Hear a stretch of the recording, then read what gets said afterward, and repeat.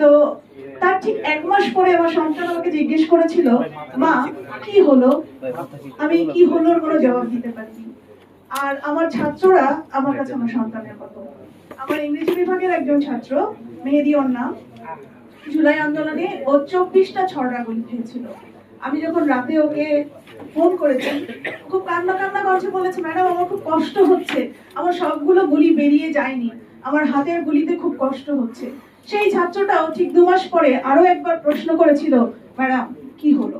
তো আসলে কি হলো, কি হয়েছে, এটার জবাব আমাদেরকেই দিতে হবে। আমার মনে হয় আমরা এখানে যারা আছি, সেই ছোট ছোট আন্দোলন, আমার ছোট বাচ্চাটার আন্দোলন, আমার সন্তানের আন্দোলন, তাদের যে আত্মত্যাগ, এই জায়গায় দাঁড়িয়ে আমরা যদি কিছুই না করতে পারি, তাহলে আজ থেকে 100 বছর পরে হোক, 50 বছর পরে হোক, আবারও মাথা নত করে আমাদের এই প্রজন্মের কাছে দাঁড়াতে হবে। তো আমরা যেন মাথা নত করে না দাঁড়াই, এটুকুই আমি আশা করি। আপনারা প্রাজ্ঞজনেরা আছেন, আমি আশা করি আপনারা অবশ্যই এটা ব্যাপারে। ধন্যবাদ সবাইকে।